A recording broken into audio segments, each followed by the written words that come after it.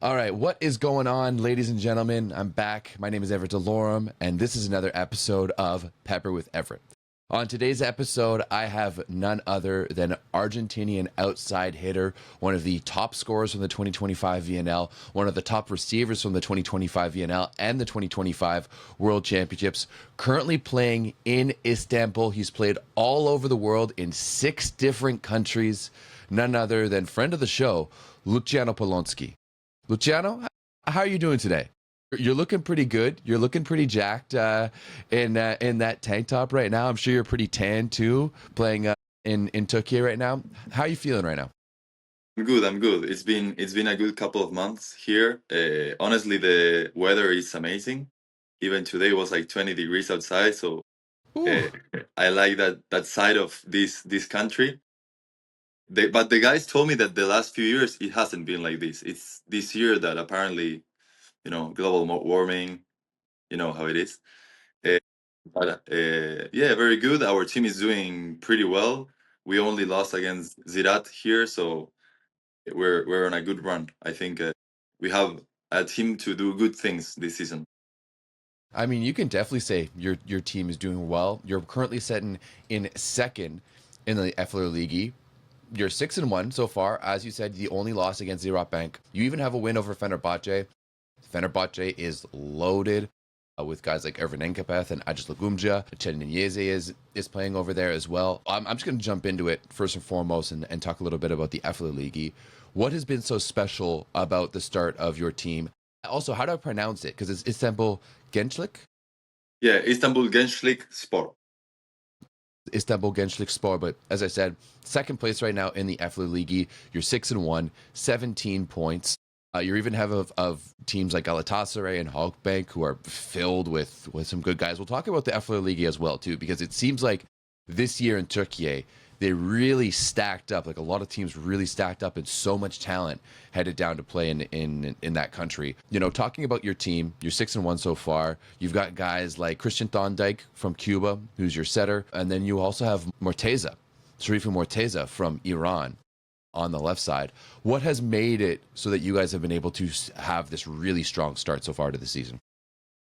I think first the group is pretty nice. Everyone has been very helpful, from players to staff. Our manager too. He's been helping, at least from my experience, he's been helping me a lot with all my stuff. With my girlfriend also, whenever we need something, they always try to help. So I think that's one of the main reasons like that I'm liking being here too. As I said, I think if the club helps you, the players help you, you can focus only on volleyball instead of like maybe stressing or having anxiety about things outside of the court. So that personally that helped me a lot. Also, I think we have a pretty good team. We brought players. We have a middle blocker from Halkbank. We have one of the middle blockers from the national team. But the main reason, as I said before, I think it's the group. We all have the same goal, and even though at the beginning of the season, I think the team and the president didn't think we were going to do as well as we were doing, I think we are like evolutioning and like growing up with the pass of the days. And I think honestly, me and Morteza we're like connecting very well. We both had good seasons during national team this year.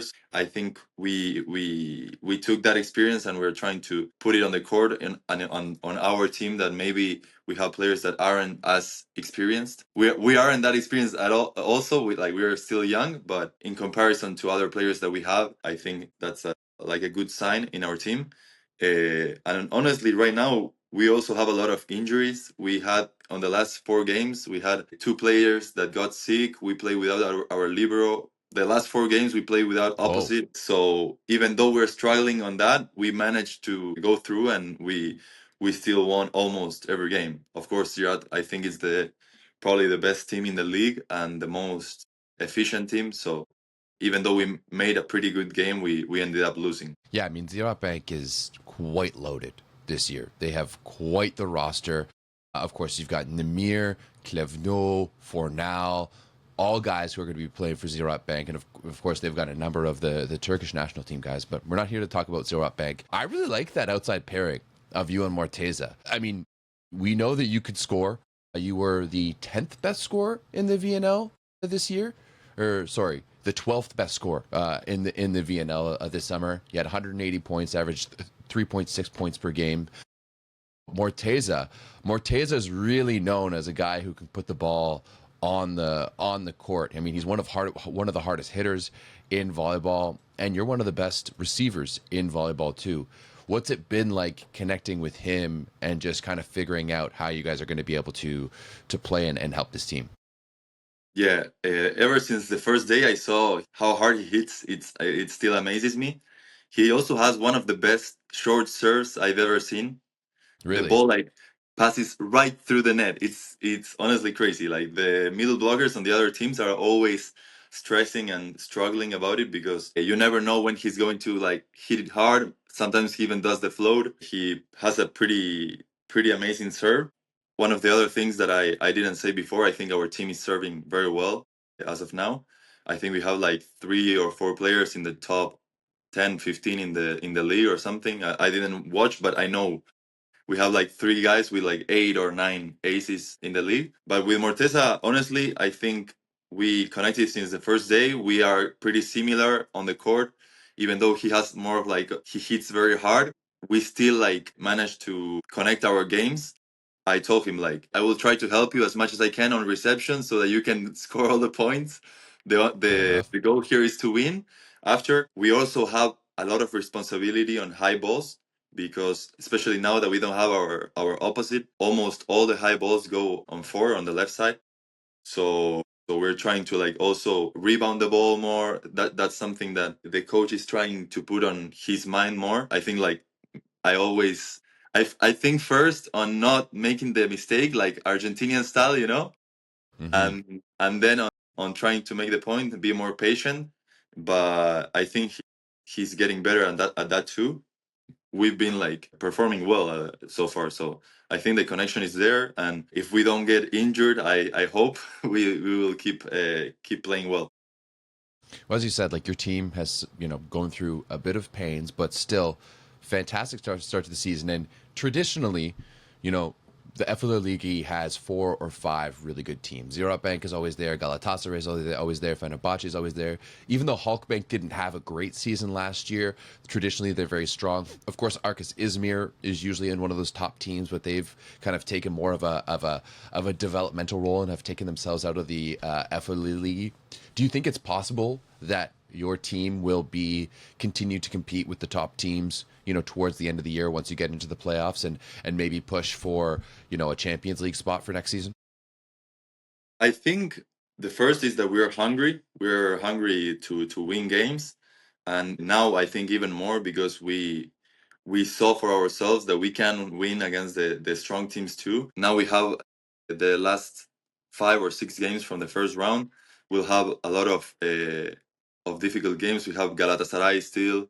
Even Altecma, we played against them one friendly game. They have a pretty good team. Halkban too, but I think we can do pretty good things. We can win, and if now that we don't have our 100% on the court of our roster, I think if all the team is healthy and we are on our best, I think we will be able to even arrive to the top four. That wasn't the goal at the beginning of the season, but I think now that we're demonstrating what we can do, maybe the club is thinking, oh, maybe we can actually do it. Yeah, for those who are listening, in the FLR League is I'm pretty sure it's the same as the Sultanlar League, where only the top 4 go into the playoffs and to be able to compete for the championship, and then the next 8, so 5 through 8, will go into what they call the European playoffs, which is just a competition to try to get into either the CEV Cup or the Challenge Cup. So you guys are kind of shifting your goals and maybe not your priorities, but shifting your expectations a little bit to kind of compete with some of those top teams and maybe get into that top 4 playoff group. Yes, I think if we keep playing the way we are playing, and also a lot of the strong teams, they are losing important points against not so strong teams. Even Hmm. this weekend, Galatasaray, for example, they won 3-2 against. Gebse. Halkbank lost against IBB I think 2 or 3 times already during the cup and the league. So I think we have to take advantage of those points that they are losing and keep our track. Now we won against Portoto. It was a very important game for the club because the main sponsor of both teams is the same one, and the president Oh, is the same one in both teams. So before the game, they even came to us and they said, "If you win, we will give you a bonus." So they gave us extra motivation, and we managed to win 3-0, even though they brought Camejo now because Benny Tuinstra got really? injured. Oh, Yeah, I didn't know they grabbed Camejo. And Tuinstra got injured and they grabbed Camejo. Okay, I didn't even know that. yeah. Damn. I And I I mean, think it that's was that's for a this that's a game. pretty good roster too. Yeah, The Sport Toto is a pretty good roster as well. That's yeah. a good team. Yeah. They have Herrera that has been performing well. Against us, he didn't perform so well, so that made our job easier. But they also have Ibovic, that is an amazing outside hitter. Now Camejo, before they had Tuinstra. But I think they brought Camejo because they knew this game was so important, and they were trying to win it. But okay, it came our way at least. Yeah, I mean, Sport Toto before was sitting at 4-2. They were just behind you guys in the standings, and now there's quite a nice bit of separation between you and Sport Toto. As I said before, a bit of a broken record here, but 6-1 to start the season. One of the top three teams. What's been your impression of the Turkish league so far? As I've mentioned, this is the sixth league that you've played in. You've played in Argentina, France, Italy, Poland, Japan, and now Turkey. What's been your impressions of the FLR League so far? I think it's a league that has been growing the last few years. Also, the vibe that I got from the games that I played is you never know what's going to happen. And as you can see on the results too, like I think there is 1 or 2 teams that are on the lower end that like most teams should win against them. But all the other teams, if they have a good day, even the second to last team, Akush, they have a pretty good roster. They have Concepcion, they have Butko, they have Josvani Hernandez. Now they are bringing Amin and another Okay. Brazilian guy. I think also they are bringing more people because they didn't start well, but there are a lot of teams with good players. What I do think they can get better at is the professionalism of the league. A lot of times the referees don't seem like they are there, if that makes sense. And I get from talking to other players and from what I see too, that the Turkish players are like very relaxed where they are. So they like kind of don't want to level up and take advantage of the situation where they are. Because I'm sure if they trained more than what they do, they would understand like they can get much better, like go to a better team, get better money.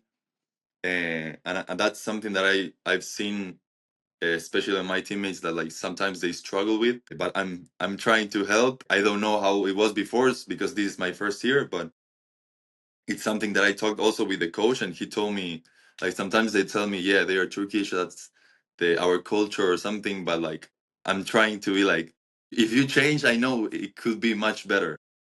Yeah. But I think it's sincerely a strong league, and I think it will get better. Like from what I've talked with my teammates and the staff members from my team and other teams, they want to keep putting more money, a bigger budget, and bring better players every year. Yeah, I mean, it's interesting that you say that because that kind of echoes the sentiment that we have in our Discord community amongst our Turkish fans.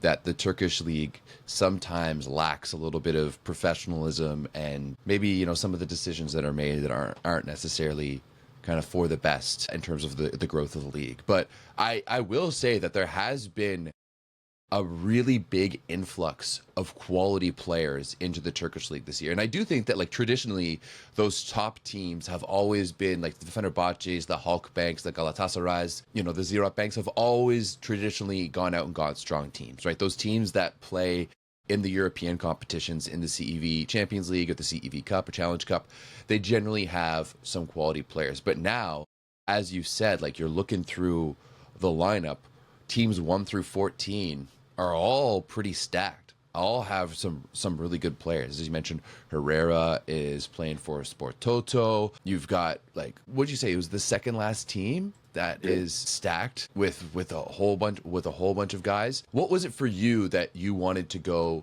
to the Turkish league? Are you just trying to catch all the Pokemons and play in all of the different leagues? Is that what we're doing over here? I think I like experiencing the different type of leagues, the different cultures too. This year also living in Istanbul is a very nice city. I feel like I'm kind of going that way where I want a balance between a good league with a good level, but also having a good lifestyle. When I played in Poland, I played in a very, very bad city. There were like 20,000 people, nothing to do. So I think that clicked in my mind. I even told I'm with my girlfriend now also. She always comes with me, and I kind of try to decide on a very balanced way because I said, okay, if they offer me like a really big amount of money that I can't say no, it's different. But if I can choose between a balance between everything, I'd rather do that. And I think that's why I came also to Turkey. And I think this club, it's a very new club. This is the second year, and they want to keep growing in the league. And especially now that we won against our other against the other team that has our sponsor, maybe they're going to put more money on the next season. But yeah, I think, as I said before, I think last year Japan and this year Turkey are two leagues that in the next 5 years want to be on the top. Whereas if you see maybe like every year there are more players from Poland or Italy that are like going to other leagues because especially because of the money. Yeah. Yeah, I mean, like you mentioned the size of the city, and I was going to say, like, a lot of volleyball teams are in a lot like smaller towns. Like you played in Tours, which is a smaller French town. When you're playing, where was Lviv based out of? Because when you played in Poland, you were playing for Barkom Lviv, which is technically a Ukrainian club. Of course, with everything happening in Ukraine, Lviv is now playing in Poland. So where were they based out of? It's a city named Wielun. It's so small. It's like Fair enough. 1 hour from Lodz. Yeah, Voj. Yeah. Okay, 1 hour from Łódź. Okay. Yeah, Fair. nothing. Fair enough. Nothing. Yeah. And I mean, last year you were in Japan and you were in Sakai, which is a suburb of Osaka, if I'm not mistaken. So you're at least in like a metropolitan area. But Istanbul is, I mean, like, let's say it, like Istanbul is one of the greatest cities on earth, right? It has 15 million people. There's so much history and so much going on. So what's it like playing in a big metropolitan city like Istanbul? And some of my fans wanted to know, did they give you a car? And if so, how have you found driving in Istanbul?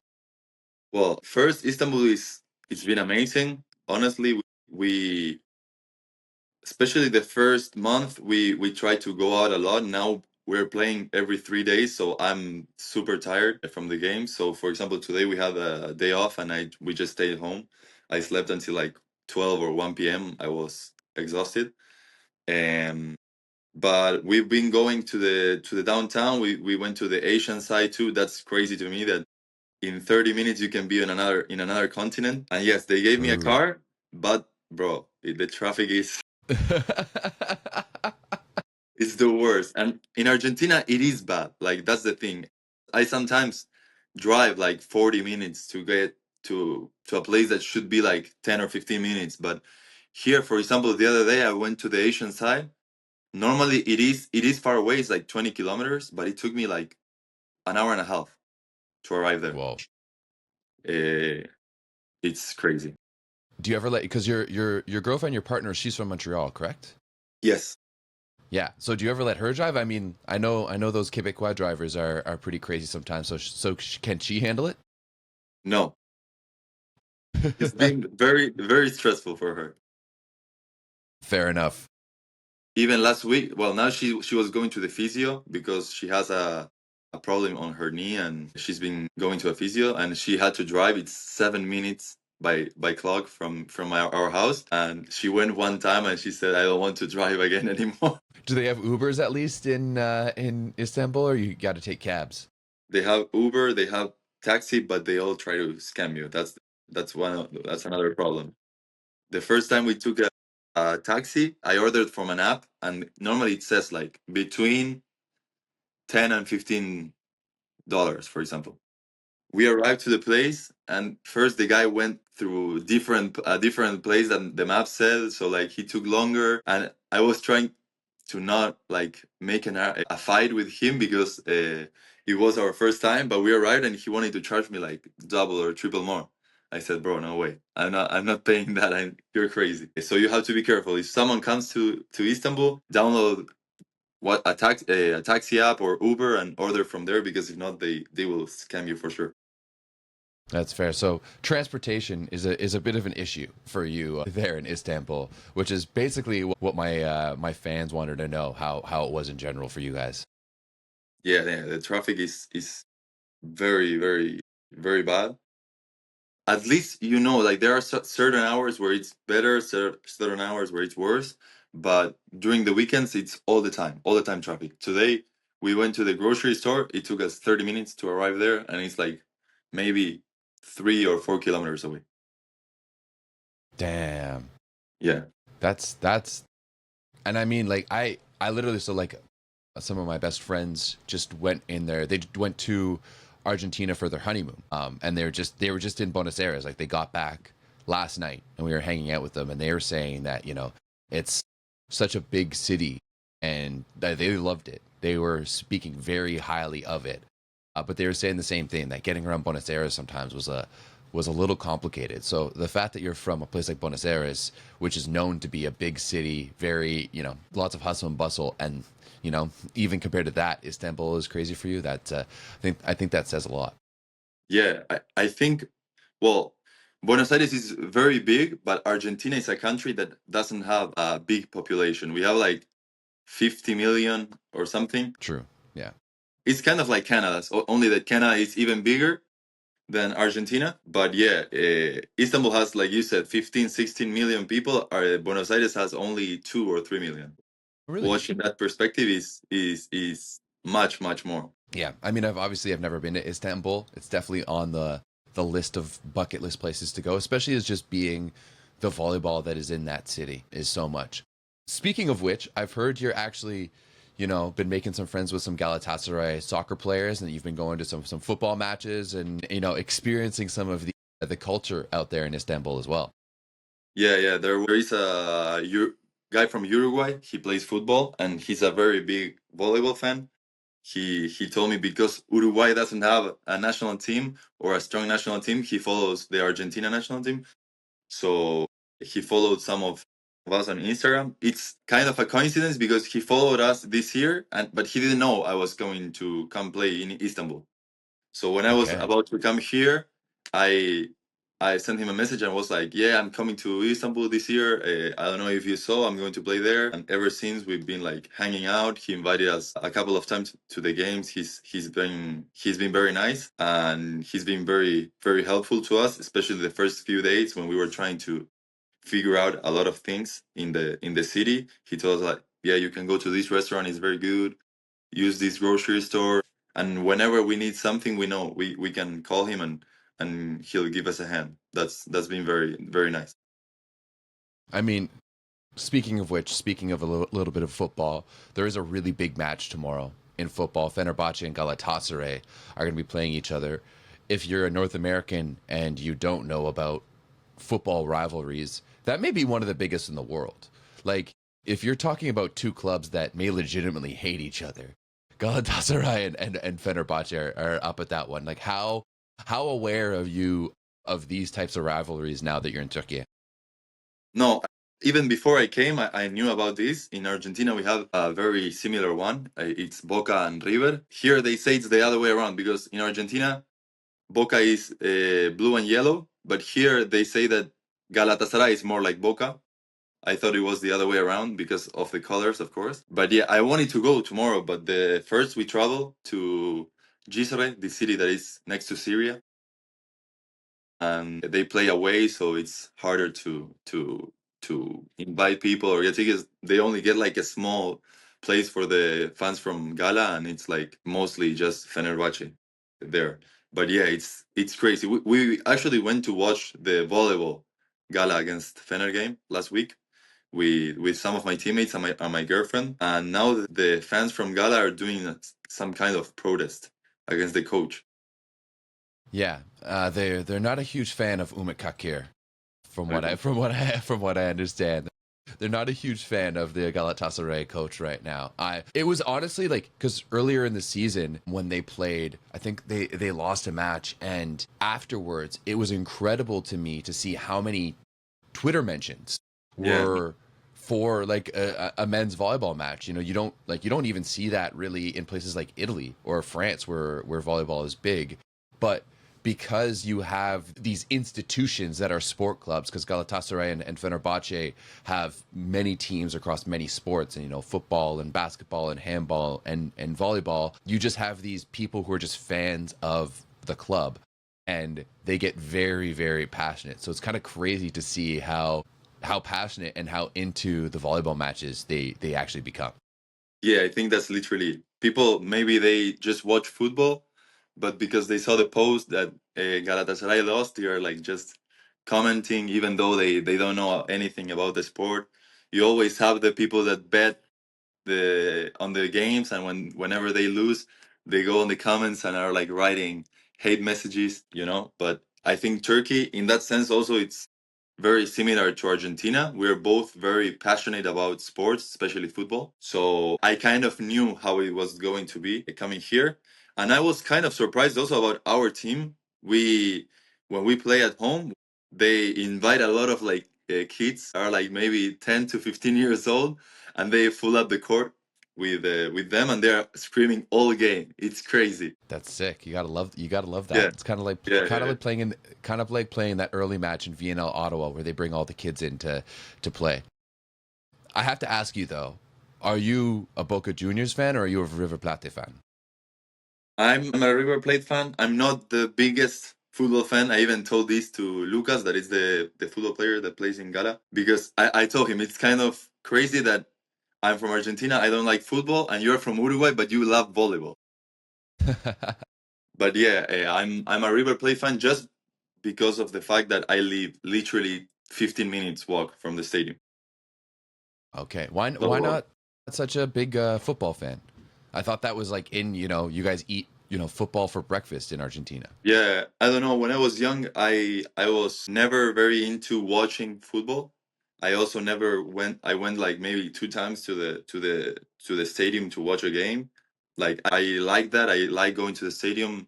I think that experience is amazing. But because I didn't do it as much when I was young, I never watched football as much. And also, my family, everyone played volleyball. My sport was always volleyball. I watched volleyball at home. I went to watch volleyball games. Like when I was young, I would rather go watch a U18 volleyball game than going to the football stadium. Maybe. Wow, is that? I feel like that's rare. I mean, I feel like that's rare anywhere, but especially in a Yeah, place like Argentina. yeah, yeah. It's super rare. But my dad, I think he grew up into football when he was older. Like now he's more of a fan, but when he was younger, he was like me. So maybe when I'm older, I'll be the same. Even now, just going to a couple of football games, it's something that I like. I like watching the game, especially if I'm there on the court. It's very fun, and it's crazy. The fans are also crazy, but I don't love watching on the TV. No, No, no. you prefer watching volleyball on TV or Yeah. football? No, volleyball for sure. I watch Okay. volleyball every day. Even now, I was watching Plus Liga. There was a game between Warsaw and Gorszów. Who was winning? Warsaw won 3-0. Okay, yeah, that makes sense. I'm actually a little surprised by how Gojuv is playing this year. They were so good at the beginning of the season last year and have kind of struggled, but it's been the case for both Gojuv or Czestochowa as well this year for in that league. Your father, did he play for the Argentinian national team? Yeah, he played two youth world championships and two senior world championships. But he was never like a starting six member. So I think he wasn't like, he was kind of not ashamed, but you know, like he never he showed me the videos when I was younger. Also, when he played, it was a lot of years ago. So I'm sure he lost a lot of the videotapes. Hmm. But yeah, he was at the beginning. He was bench of Milinkovic, I think, Okay. for a lot of Okay. years. And before he was also like in the national team before Milinkovic arrived, but he was also not playing as much. But I've seen some of his games, and also he played a long time on Israel, which I told him I'm sure if you went played in another play overseas, you would have became better and better. But he really liked it there. He really liked the life, so that's why he decided to stay in Israel. I mean, I feel like playing professional volleyball back like this must have been like the 80s and the 90s must have been a little bit different than it is now. Like the Yeah, game was much in a much different spot back then than it is now.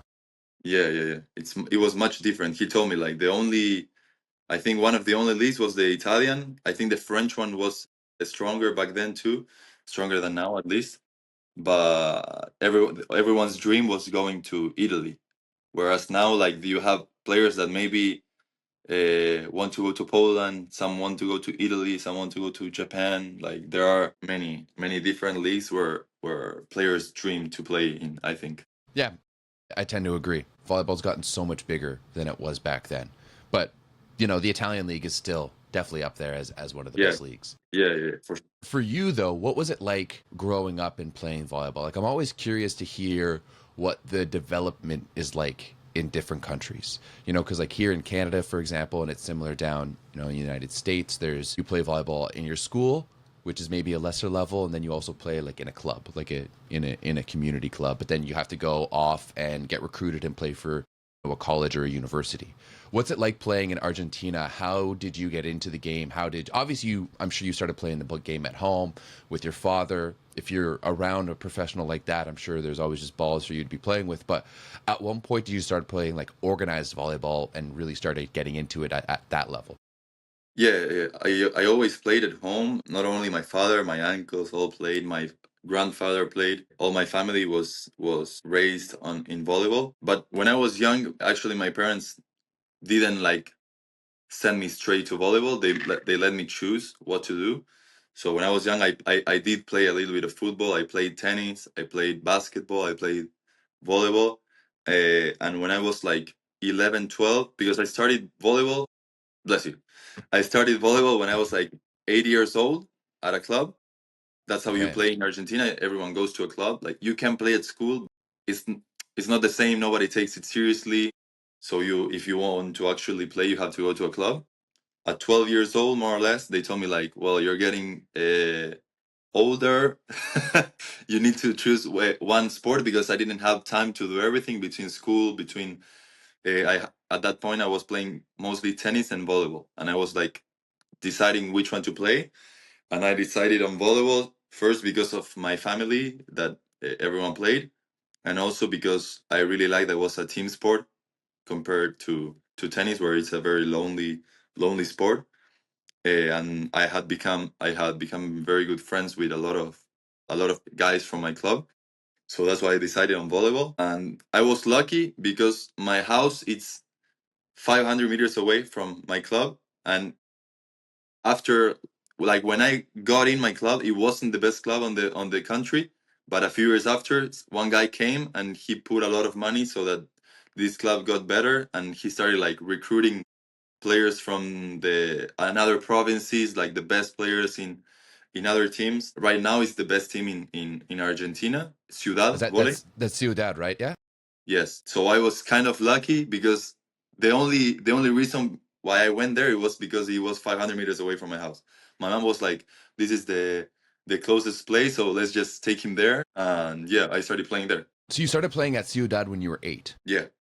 Wow. I was going to ask because, I was going through some of the teams that you played for at Ciudad, and you got to grow up playing with guys like Augustin Lozer and Martinez Franchi, other guys who are currently on the national team with you. But Ciudad has had some fantastic players come and play for that club over the years. Of course, Facundo Conte finished his career there. Nicolas Uriarte, the fantastic Argentinian setter, also played for it. So, like, you started playing for the national team, or sorry, for their professional team when you were 16. Is that it? Yeah, 16. Wow. And it was that as, the club was starting to gain some momentum and really start building itself up as one of the best clubs in Argentina. Yeah, on the youth teams, it was the best already.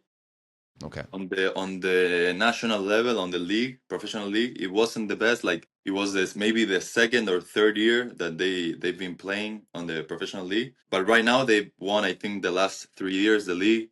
Now it's definitely the best, but also the league is not the same as before. If you know, like 15 or 20 years ago, the Argentinian league was actually good. We had teams like Bolivar with Giva, William, crazy players. I hope one day we come back to the positioning around the top leagues in the world, because I really would love to play in Argentina again.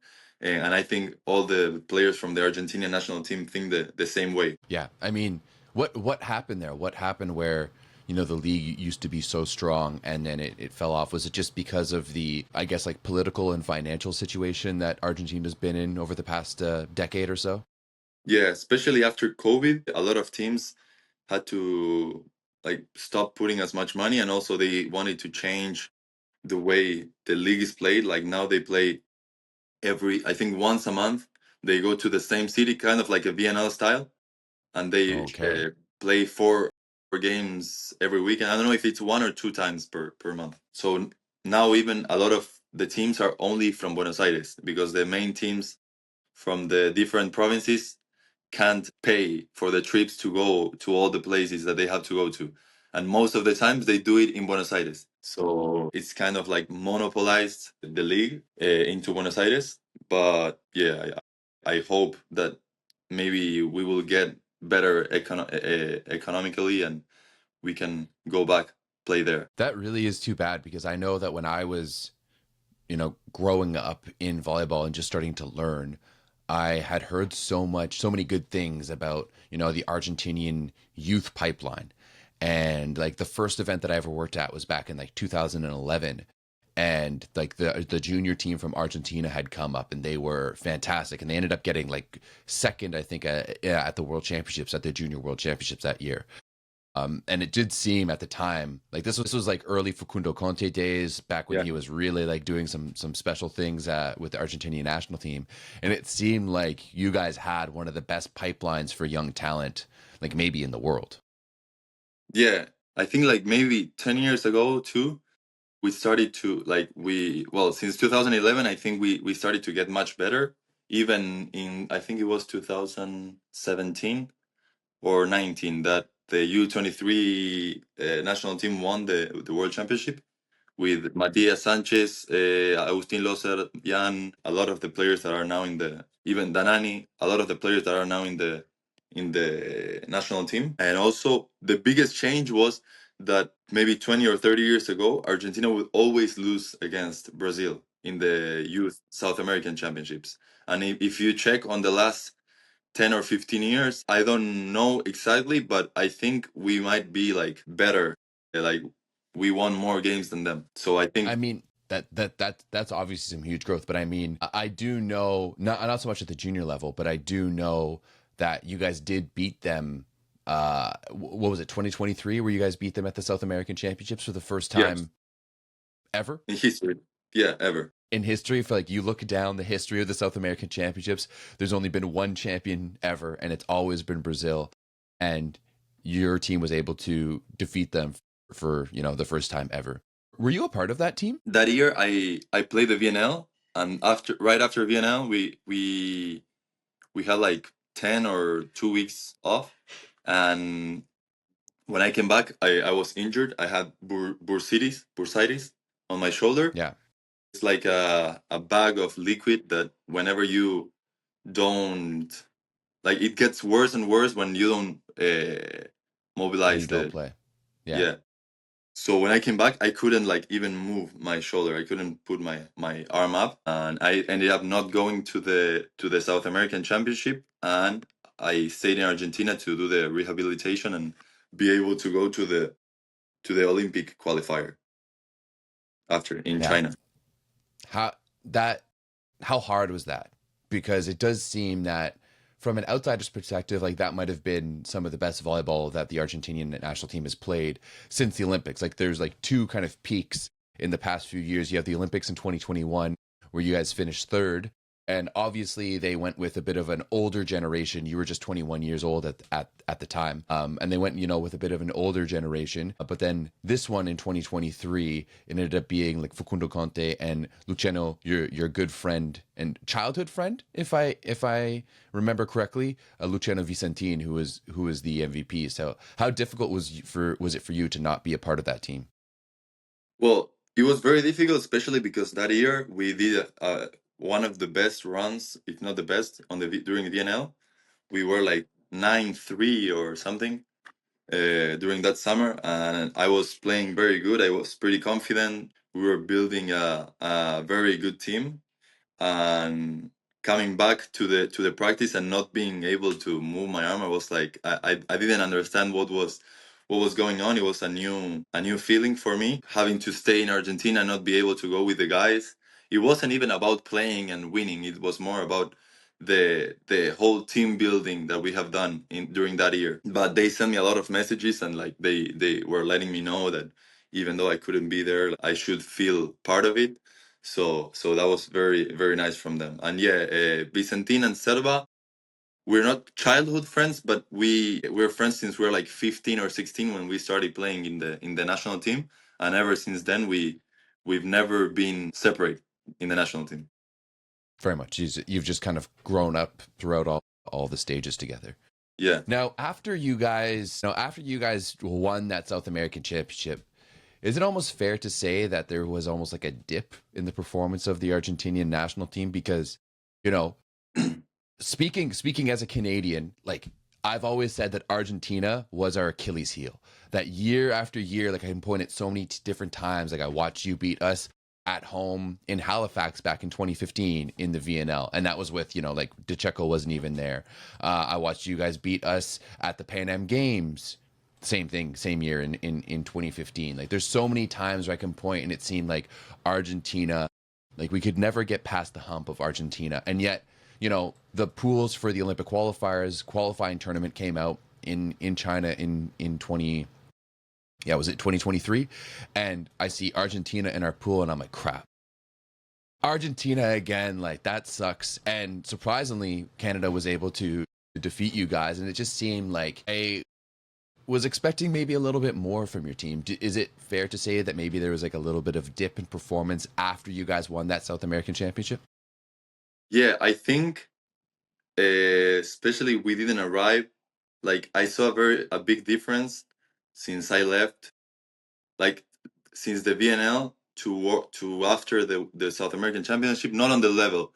I think it was more the group in general. It didn't feel the same way. I think also because during the VNL we didn't have so much pressure. It was a very young team, so we were like, let's do our best and let's try to fight every game. Whereas during the Olympic qualifiers, if you're out, you lose one or two games and you go home and you have to try again with the ranking next year. So I think that made maybe the older players put a lot of pressure on the younger ones, which we it's not that we didn't like, but we didn't take it in a good way maybe.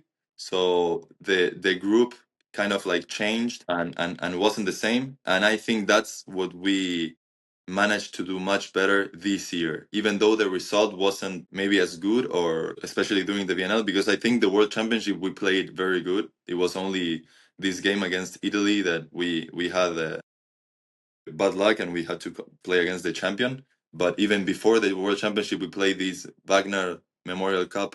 We beat Poland, we beat Brazil, Serbia. We were playing very good. We were very confident, and I think the main reason and the main difference was the team bonding. And I think that's what we need to keep improving and maintaining in the next few years, because maybe we don't have the best players in the world in any position, but when we play together and we fight in every game, we know that every team doesn't want to play against us. And that's something that I talk with a lot of players from outside our country. And I also think that is because we invest money from our themselves to play in the national team. Whereas in other countries, the country pays you to play. Here we have to pay our apartment, we have to pay our food. The only thing that we don't pay, it is true, is the flights to go to the tournaments and the hotels there. But whenever we're in Argentina, we put money from our pocket, and we do it because we actually like playing for our country and representing our people. And that, I think that's what we need to think of, and like that should be our goal and like our main spirit, if that makes sense. Yeah, no, absolutely. I mean, you've told me that before, and I mean, I know it's different for different countries. Like, you know, the United States like legitimately pays their players to play on the national team, whereas here in Canada, you know, that there's a little bit of government funding that like supports the players in the same way. But yeah, from my understanding, like you guys cover quite a bit of those costs when having to play for the Argentinian national team. Does that give you like maybe like a bit more of a chip on your shoulder, or you know, you're playing with a little bit more pride because just as you said, like you're making that decision, like it's not, you know, it's not just another business decision like, hey, I'm getting paid to be here, I have to be here. No, you're making that decision to like physically pay for yourself to come back to Argentina and to represent your country. Yeah, I don't know if it's less pressure, because also the, as I said before, like the fans in Argentina are also crazy. Like everyone wants the sports to thrive, and be. But yeah, like I don't know. I think it's just maybe a little bit, but we also put a lot of pressure on ourselves because we know what we're capable of, and we know when we're doing the things properly. And also for us, even though it is true we put money from our pockets, it is a place where we show ourselves for the club season also. So like at the same time, if you think about it, you kind of take money back when you go club season, but I don't think it should be that way. I hope uh, it will change in the next few years, but with Argentina and our economy, you never know. You can just hope, and maybe dreams will come true. Yeah, that's fair to say. Now, as you mentioned, Argentina this summer 6-6 at the VNL, but it was quite a young team. You're kind of moving on from an older generation that we had seen before. 6-6 at the VNL, but then you go to the World Championships and you're in quite a tough pool, right? Quite a difficult pool alongside France and alongside Finland. Now, as we know what happened, you guys ended up, you know, knocking France out of the tournament, which was a big surprise to a lot of people. Not necessarily that you had beat them, you know, because as we've discussed, Argentinian volleyball is considered amongst some of the best teams in the world, but specifically that French team, two-time Olympic champs, they had lost to Finland, and then it was kind of like a do or die situation, because if you guys had lost to France, there's a good possibility that you would not have moved on into the next stage. So what was the mentality of your team heading into that, you know, final pool play match against France? I think first the motivation was what you said, that they were the two times Olympic champions. It was going to be a very nice feeling to, like, not because we want to leave them out, but like at the same time, yes, like winning against such a strong team, it gave us a lot of confidence. After I think Italy had the no, not maybe, they had the strongest team in the tournament, that's why they won. But it did give us a lot of confidence when we passed the group. But also seeing that Finland had won against them gave us a like, we started to think like we can beat them. It's not that we can, they are not impossible to win against. And also, if you check during, especially during VNL, the last 4 years, I think we won 3 out of 4 times against them, or something like this. This year we won against them. Last year we lost 3-2, and in Orléans in 2023 we beat them too. But we kind of knew like we could win against them if we played very good. Whereas maybe there are other teams that are, like you said, our Achilles, and they would have been maybe harder to get. Like Italy, for example, we seem to be unable to win against them. I don't know why, but I know if we keep working the way we're working, we will get there, and we have big dreams and a lot of hunger. We want to achieve things. We don't want to stay always in the same, like, 7, 8, 6 position. You know, we want to actually build a strong team and be able to win a medal in the next years.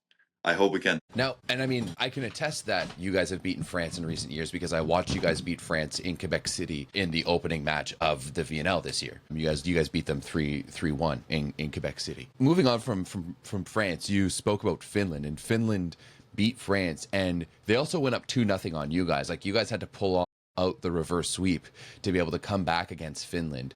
What was it about the Finnish team that was so difficult to play against that they were able to really mess up the standings of that pool, and ultimately their win and your win is what sent France home? And do you think that win against Finland really kind of like woke you guys up? And is it a good thing to get a scare from a quote unquote lesser team like that earlier on in the tournament? I think we weren't the only ones. Like, if you see this World Championship, there were a lot of crazy results. A lot of, how do you call it, black horses? No, what's the name? Dark horses, yeah. Dark horses on the championship. A lot of teams that nobody thought were going to win against anyone, and then they ended up. Even Philippines almost takes out Iran in the last game, losing because of a video check. But yeah, I think Finland, first, we didn't know them. We have never played against them. At least this team that went to the World Championship, I think some of the guys played against them in an Olympic qualifier like 5 or 6 years ago, maybe. But they are also a pretty young team, a pretty new team. So we kind of didn't know what to expect. And the first game is always tense in the World Championship, because it's 3 games and you're done. If you lose one of them, and especially against Finland, like the way France did, like, you depend always on yourself, and like you have to for sure win the other games. But yeah, I think the first 2 sets we weren't us at all. We were struggling a lot, especially in reception. After Jan came inside and he helped us a lot. I remember I was struggling a lot.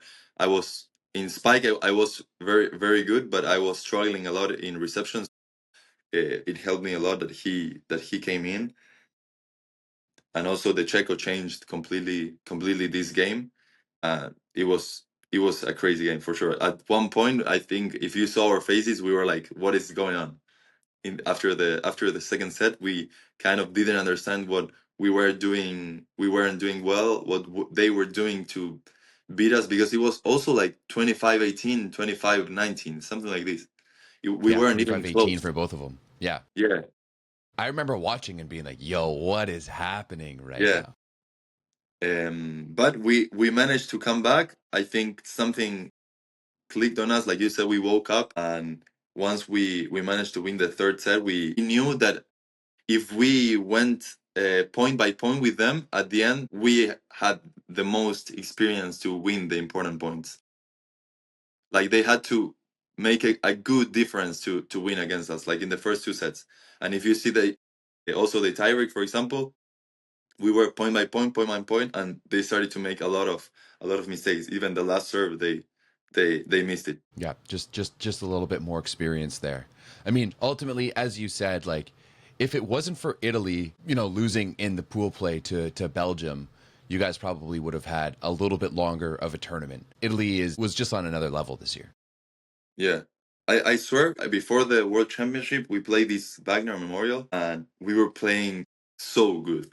We actually thought, when we going in the World Championship, like, we have a chance, guys. Like, let's fucking go for it. Like, and even during the Italy game, I watched it again, and we were like, even though it was 3-0, like, we didn't play that bad. Like, we were at the same level by moments, and the same way we won against Finland because of those important moments and the experience. I think that's why we lost against Italy. That was the main difference. Yeah, I could see that. I just find that Italian team right now, they've done it now. Like, they've won the European Championship back in, what was it, 2021. They've won back-to-back World Championships. They just know how to get the job done at the moment that is the most important. They know, other than the Olympics where they kind of had a bit of a slip up, they really know how to bear down and be the best team possible,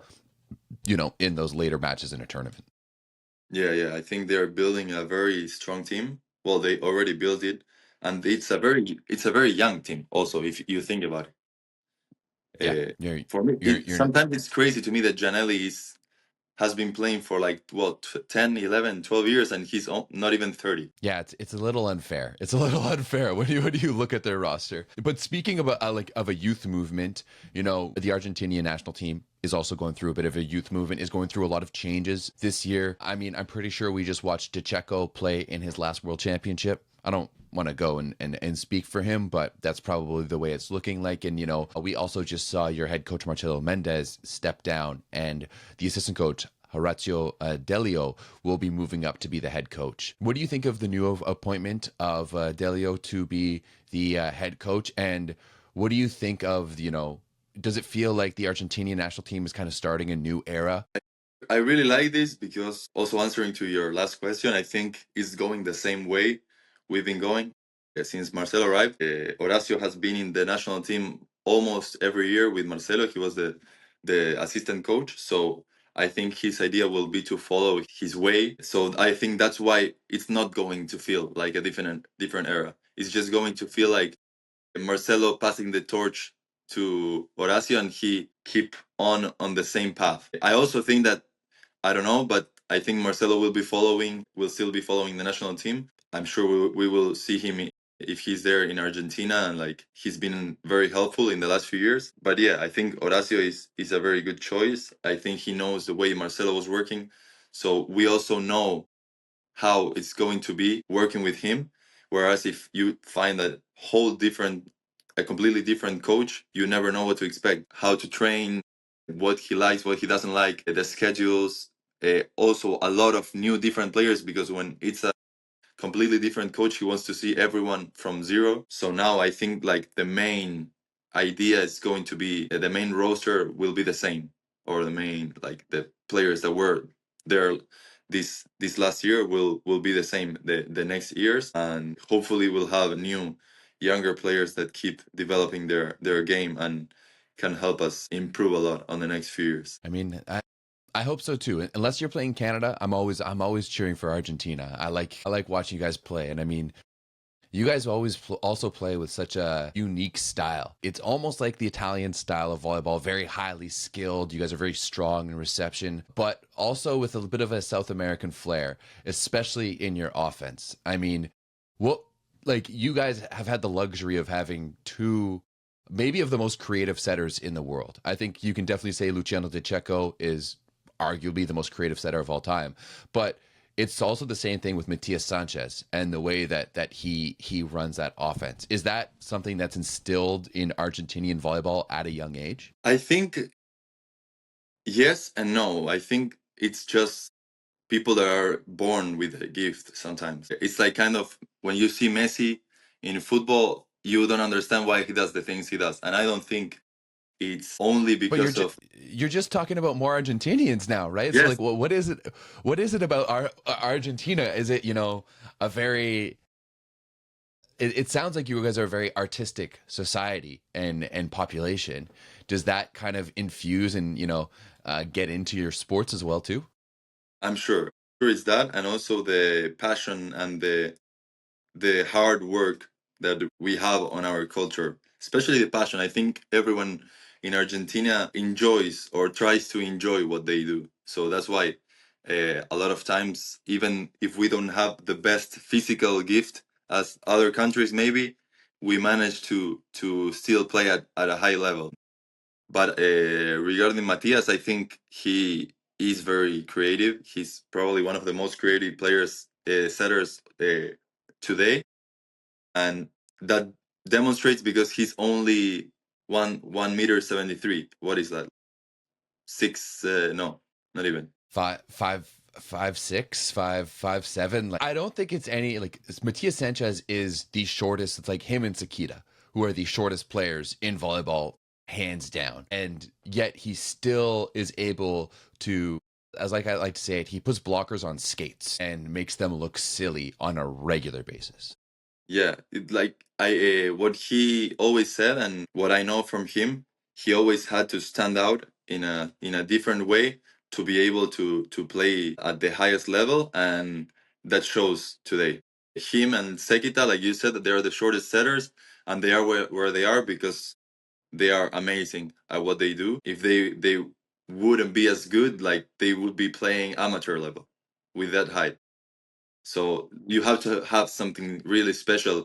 It doesn't necessarily have to be talent. It could be hard work also. Um, and I think that's the difference between maybe Matias and Sekita. Like Sekita is more Japanese.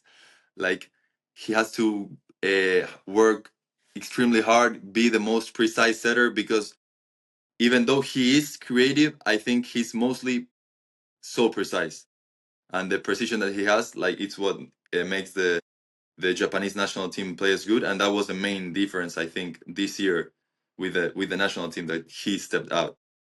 Yeah, for sure. I fully agree. I mean, the difference between that Japanese team without Sakita and with Sakita is almost like night and day.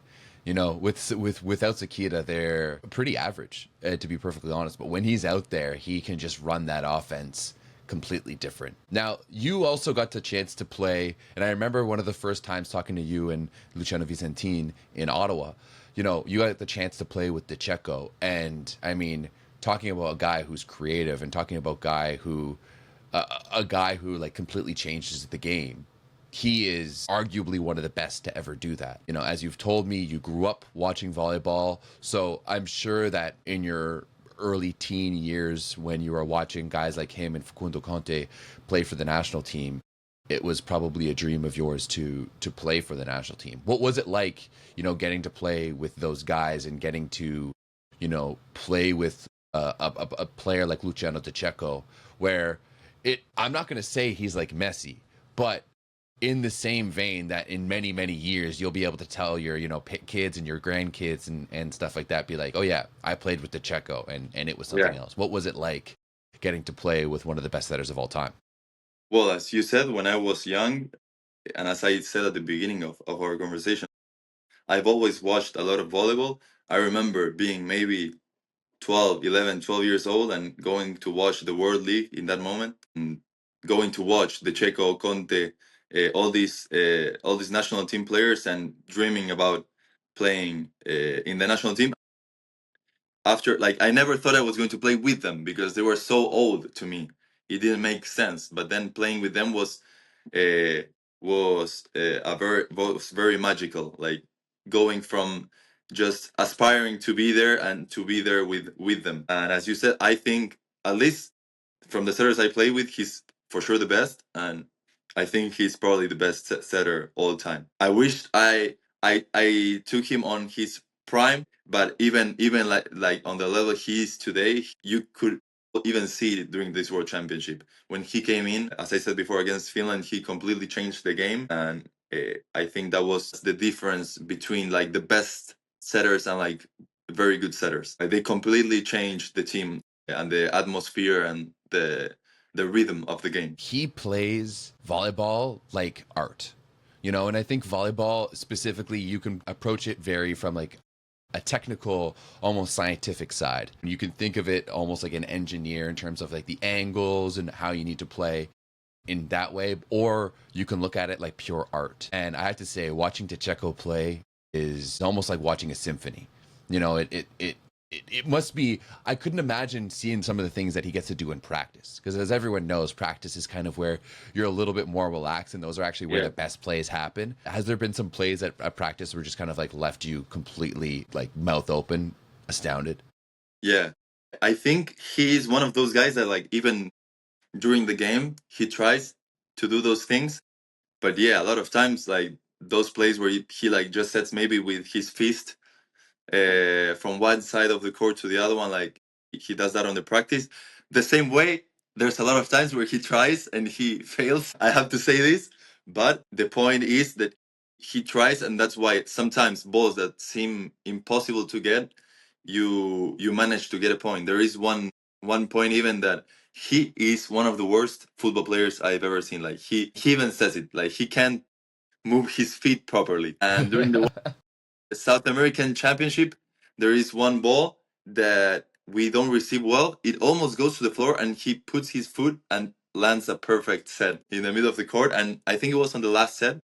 We were like very even. And I think this point was like for the Brazilians was like, okay, we can't do anything. Like they are just too good today. If the Czechos making plays like that, then you know that they have all of the momentum and they have all of the tides going in their favor. Yeah. That's awesome. I obviously at the World Championships, losing in the round of 16, especially the way that you guys are playing, and wasn't ideal. But did it make you feel did it make you guys feel better the fact that you lost in the round of 16 and Brazil didn't even make it out of pool play for the first time ever almost? Yeah, it was. I remember because the last day was very stressful for every team. If you think there was a Yeah. lot of teams that needed to win, even like Brazil only needed Czech Republic to lose one set against China, which isn't even the worst team in the World Championship. And on the papers, Czech Republic was worse if you think about it. Like China Oh has been yeah. playing VNL, better ranking, I think. So they had to win 3-0 against China, and it was like it And was meant to without be. Lucas Vecina as well too. Yeah, Without their best player. yeah, yeah, completely. But yeah, as we said before, there were a lot of teams that nobody thought could do anything. Even I remember saying as not as a joke, but I thought Philippines was going to almost go to the next round because if you see also like their pool was like the one with the lowest level kind of. Oh yeah, for sure. So I could see them beating maybe Egypt and Tunisia, but the fact that they almost beat Iran was crazy. Yeah. I'll be honest, I'm not a huge fan of like net touches as calls, but that type of net touch, like I'm not sure if you remember seeing it, but it was like after the block had come Yeah, down, like his hand hit the bottom tape. And to me, like that play has no effect on the game whatsoever. It's not a dangerous play. It's not nothing. That to me, like if we're gonna call net touches, it should only be the top tape. top. Yeah, Yeah, it's because you've got the underneath rule for the center line violation to protect, underneath that play. Like if you touch the net with your shoulder or brush it as you're coming down, I don't think it should be a fault. yeah. It's crazy that even the foot line fault, like you can pass your whole body except your feet because you could kill someone just by passing your whole body. But then if you touch the Truly. net with your shoulder, oh okay, yes, this you can do. Or your shirt. Your Yeah, shirt could be flying. yeah, It could be a windy stadium, and yeah, your shirt can touch the net. It's crazy. I don't like it. I mean, I think in a perfect world what it should be is that there should be like a tension meter along the net, and if there's a certain amount of tension, then it goes dead. Because like yeah, how many times you see like a long rally and like the play is back and forth and then like a middle blocker barely touches the net and then that's what ends it. Like I just want to see the ball. I want to see plays make scores, like not random little net calls like that. yeah. There's a lot of dirty, not dirty, but like plays where like the point could keep going, and it could be a very beautiful rally, but then it Yeah. just ends because of a dumb net fault that like doesn't even change the course of the play. Yeah. Yeah. I fully agree. It's like in football where they play advantage, where like a foul happens, but the play is still continuing. It's still advantage for, the attacking team or the team Yeah, that has the ball. I wish sometimes that, referees would just like put the whistle away. Like if it's small, if a small enough touch, they blow it away. In the same vein, they kind of took away the second touch for the setters this year. What do you think of that rule? I think it's going on this kind of way of what we're talking because before it was also a very subjective matter.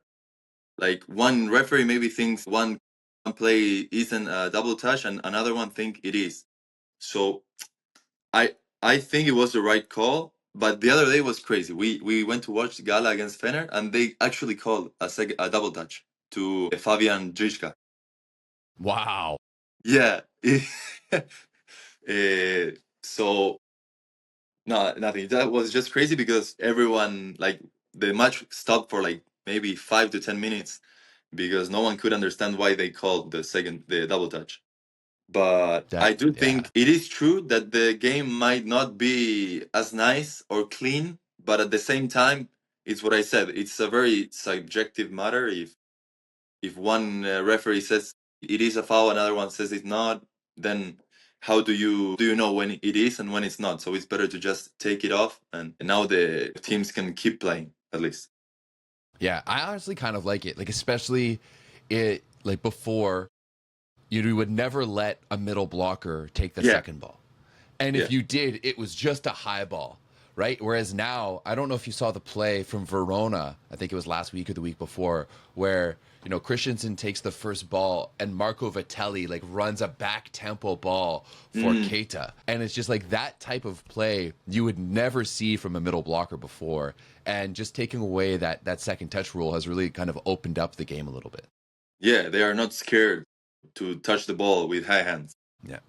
If there was one other rule that you would make in volleyball, like what would rule? Like whether taking away a rule or making another one, what would you change?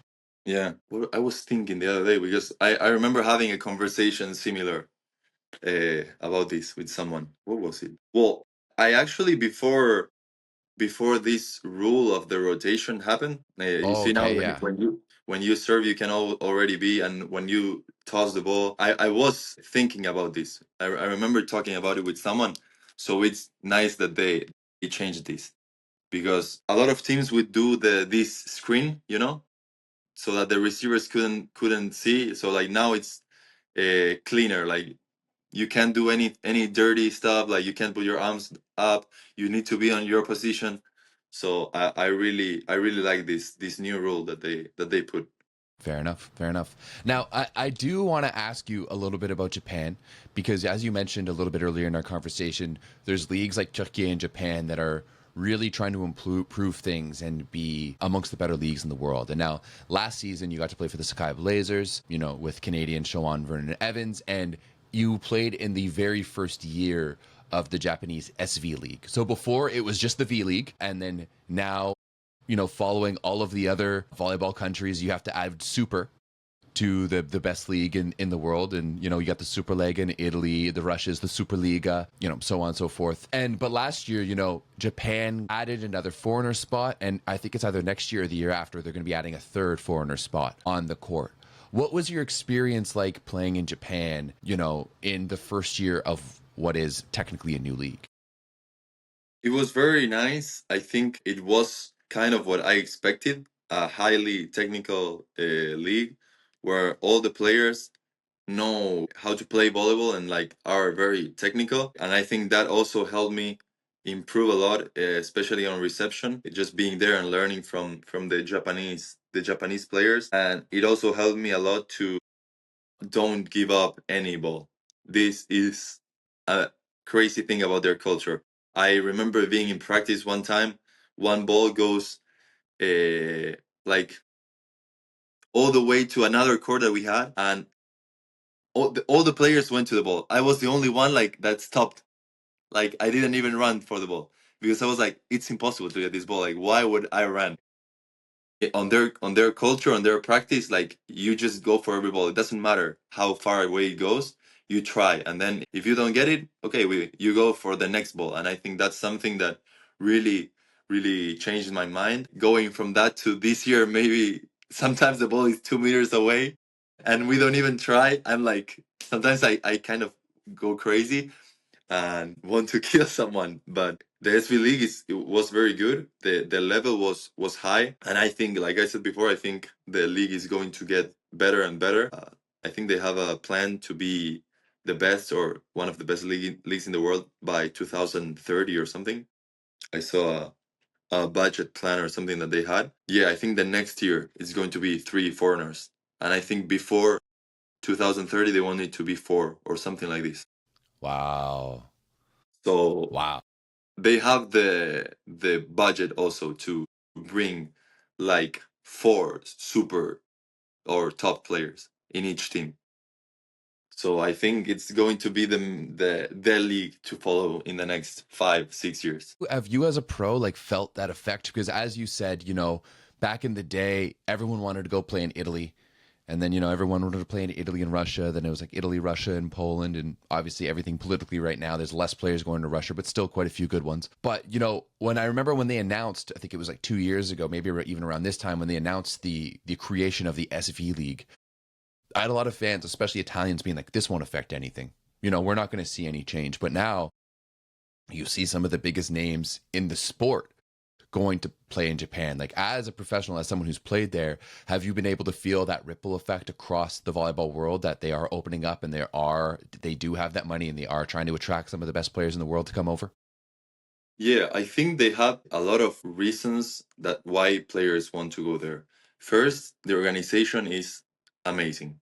You Mm-hmm. don't have to think about anything. They even before I was going to Japan, they sent me via email the papers that I needed. I could have just printed them at my house, but they sent the original papers via mail from Japan to Argentina, which it's already like a 30-hour flight.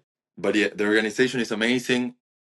Country is a very like has very nice cities. Of course, there are some cities where like it's not as good to live, but there's a lot of teams in Osaka. There's a lot of teams in Nagoya. That is a nice city. There is a team in Tokyo. I think it's a nice place and a place that a lot of players want to experience living there. And the fans are also always filling up the courts in every game. So it's a different kind of fan than here, for example, where here they are like screaming and going crazy, and they're more like clapping only. But it's still nice to see all the people, and the fans are very nice. They always bring gifts to the players, are very respectful. That's something I really liked, and I do think that the main difference between now Poland or Italy is that Japan has the budget to pay even more money to these players. So at the end of the day, if you can go to still a very good league, maybe not the best right now, but for more money in a sport that doesn't like 1 year doesn't make you live forever, like in football maybe, where you get a one hit wonder season, and you're good for life. Here like you need to be the best and like keep and then maybe uh, you'll be good. But I think that those are the main reasons why a lot of players are wanting to go there.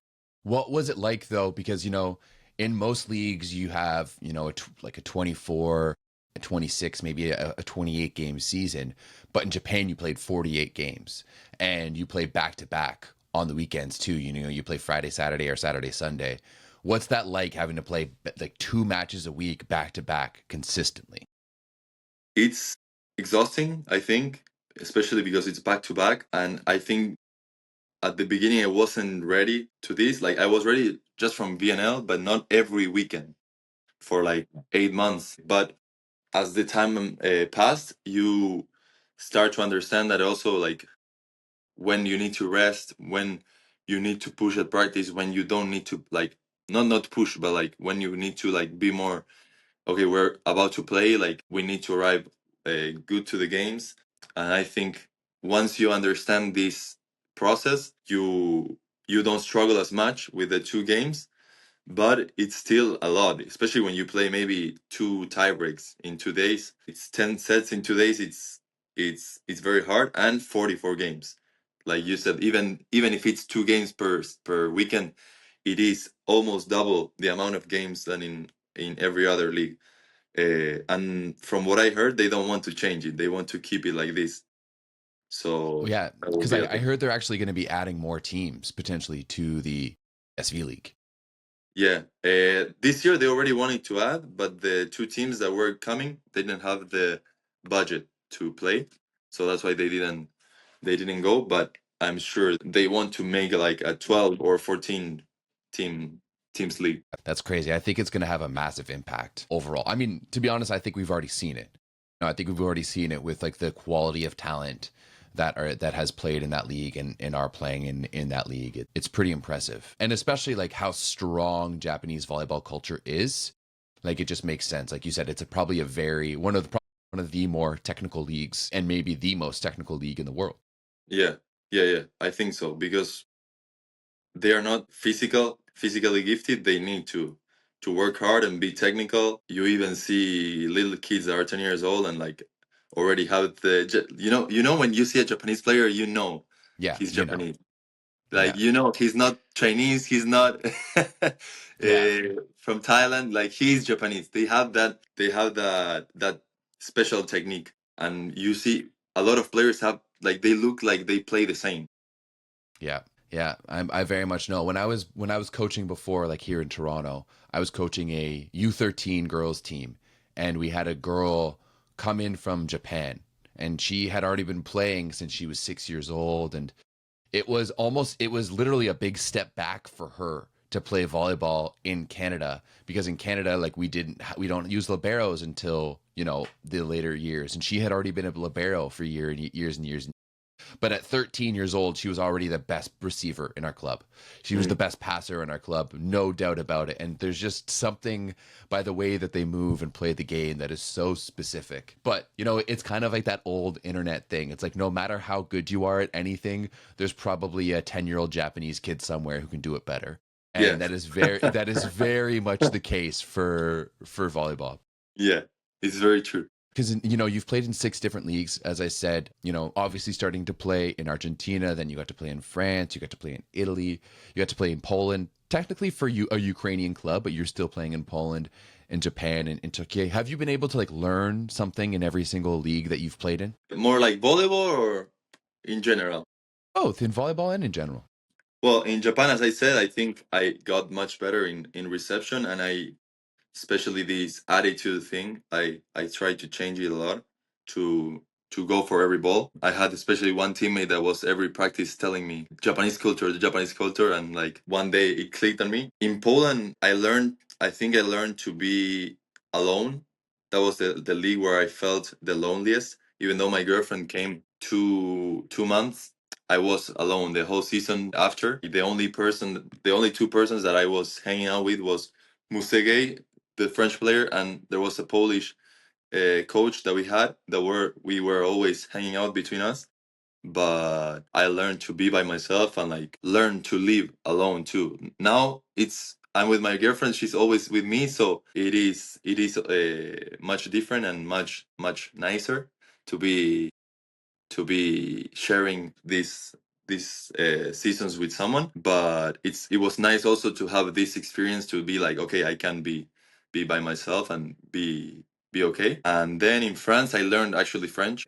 I played like 2.5 years there, so I learned the language and I know how to speak it. And it is also kind of similar to Argentina, the culture too.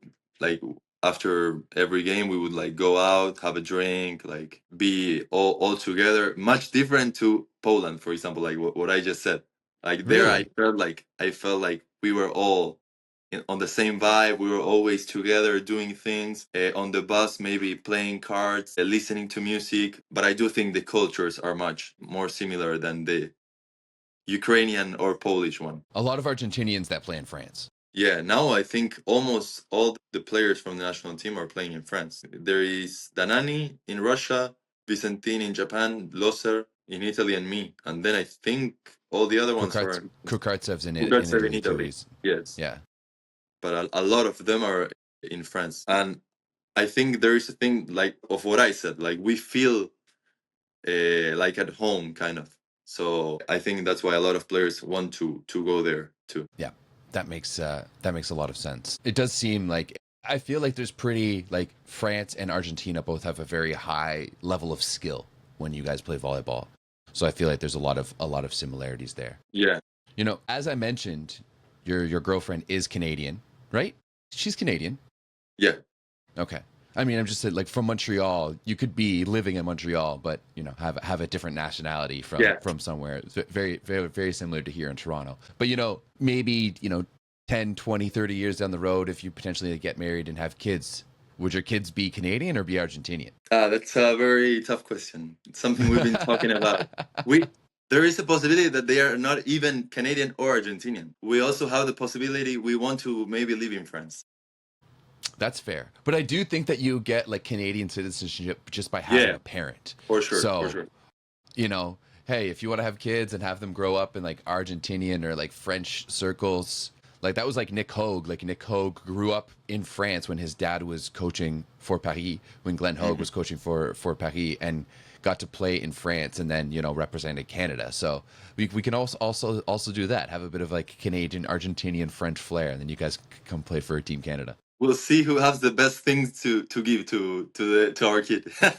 Fair enough. We're starting that recruiting process now. Yeah. Starting that early. I got you. Hey, I'm just saying, maybe we can make some things happen here for you in Canada. Now, as I'm sure as it's getting pretty late there in Turkey, and you've got to travel tomorrow. If you had to make like a team of 7 players, including yourself, to play with, maybe of players that you haven't played with before, like what would be your ideal team? I think I will try to put players that I didn't play with, because it's like maybe the players that I aspire to play with, or I would really like to play with. Think setter, I would put Micah Christensen for sure. Okay. Yeah. Opposite, Nimir. I think he's the best today. Yeah. I mean, you got to see it firsthand, him score 1,000 points last year in Japan. Yeah. Even last week when we played against Zirat, he did 26 points against us in 3 sets. True. Then outside hitter, I would love to play with Irvin. When I was young with Vicentin, we would always admire his style of play and like his unique way of playing. So I think Irvin with me. Then libero. Today I think Genia, also from France. And middle blockers, Simon for sure. And the other one is tough because I always think of Loser, like for me, he's also one of the best nowadays. Maybe, yeah, I would agree. Like if I was to pick the 2 best middle blockers in the world right now, I would go Simon still and Loser. Yeah, but okay, for the sake of the game and to put someone else that I haven't played with, I would put Kohanovsky. I think. Oh, I think he's kind of the same style of play as Loser, Yeah, so, like, a little bit smaller. A little bit smaller. They're both really good with their feet. Both have really fantastic timing. They close the block really quickly side to side. I could see that. Very, very similar in the way they play. And I'm putting players that, of course, like they are still playing. If no, like we could talk about a million players that haven't even played, but I did a... Okay, if you're gonna go with your like all-time team, then you've watched volleyball for a long time, so like you know. Yeah. All time, I think Ricardinho, setter. Oh, yeah. I would put opposite Mihailov or Milhovic. One of those. Oh, yeah. One of those two. Mikhailov, yeah. Then I would play with Jiba for sure. Yes. Middle blocker, I would still put Simon. I think he's probably the best or one of the best to ever do it. I agree. The other middle blocker, Gustavo Endres. Okay. Gustavo. And libero Serginho. A lot of Brazilians. Yeah. But bro, they had... Growing up in the 2000s, that was those teams. Like even now, you get to see Ricardinho and like Serginho on TikTok, and the stuff that they do is still incredible, and like Jiba in the 2000s. Like, I mean, what else can be said? There was something absolutely just magical about watching him play. Yeah. Also, an outside hitter that I would really like to play today, and we want to make it happen because also my girlfriend is very, very good friends with his wife, is with Lucarelli. So we're trying to maybe talk with our agents, make it happen. That easy, eh? That's all you need to do. Just talk to your agents, hey, make this happen. No, it's not that easy, but I think it's possible. Fair enough. Do you have the same agent or no? No, different. Fair enough. That would be fun. Would you consider going back to Japan for that? Yeah, for sure. Wherever. Also because I know my girlfriend will be so happy to be with his wife. Fair enough. I mean, it must be interesting to be like in hockey we call it the wags, like the wife and girlfriends of like the athletes, but it must be so interesting to have those like little relationships that are created just because you're foreigners in a foreign country and you have that bond and that link that is volleyball. Yeah. She also calls herself a wag. But yeah, So I mean, I know that's the term. true. Yeah. That's true. She is Canadian, so is she is there. Has she taught you anything about hockey? No, actually, no. No. I remember when we went to Montreal, we passed by the stadium of this team that has the C, Yeah, the Montreal Canadiens. the Montreal Canadiens. Yes, but we haven't gone to watch a game, but I want to. It's tough though, because if I remember correctly, you came right after the Olympics last summer, and that's just before the season. So it's Okay, like there's no hockey going on. It's all like the preseason training camps. But hockey season is also, your volleyball season. So it's tough to yeah. it's tough to do, especially with the VNL. Maybe when my kid is playing, like you said, in Yeah, 20, 30 years, I'll go to exactly. every hockey game. That's when you'll start to hate it, because that's when you play, like the time when you play hockey in Canada, because every rink is full all day long. So when you have young kids, they always play at like 6 a.m.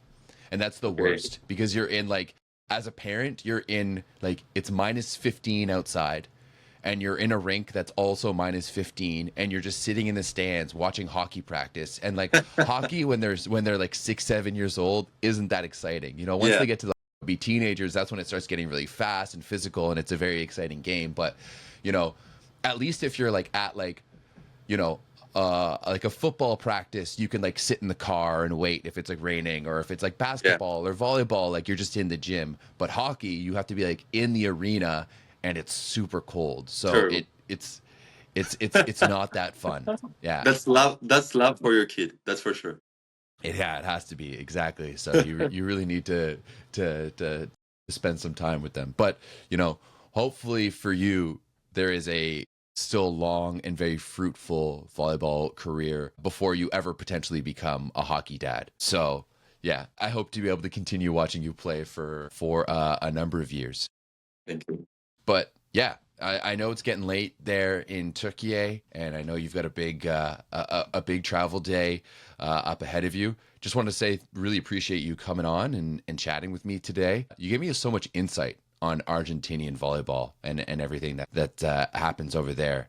I mean, I did work with Sol Di Diego, who worked with Ciudad, or still works with Ciudad for years, and she told me wonderful things about the club. So it's crazy to hear and to see all the success that club in Argentina has created in the world of volleyball. Yeah, yeah, it's true. Thank you for inviting me too. It was very, very nice to be here, and like I always say, I always love watching volleyball. I love talking about volleyball. So it's nice to find someone that likes to do that too. And nothing. I hope that these podcasts and interviews keep going for the best, and you keep getting better and better people in the channel. Come on, what do you mean better and better people? You're one of the best. But there's always room to improvement. Okay, well, I appreciate that. Yeah, I hope I get to see you again this summer at VNL once again. It's always a pleasure to see you every summer when you get to come up to Canada. It sounds like it's official that VNL Ottawa will be the home of the men this year. So I know you Okay, were in Quebec City last year. It'll be headed back to Ottawa this year for the men, and the women will be headed up to Quebec City. I hope so. I hope so because my girlfriend's family is from Ottawa, so she basically lives there. Like I she didn't I was didn't born in Montreal, but then they moved to Ottawa. Anyways, Luciano, always a pleasure. Muchas gracias. I hope you have a fantastic rest of your season, and I hope to get to see you again next year at the VNL. Thank you, bro. I hope to be there too. Awesome. Have a Thanks good very night. much, guys. Bye. Have a good one.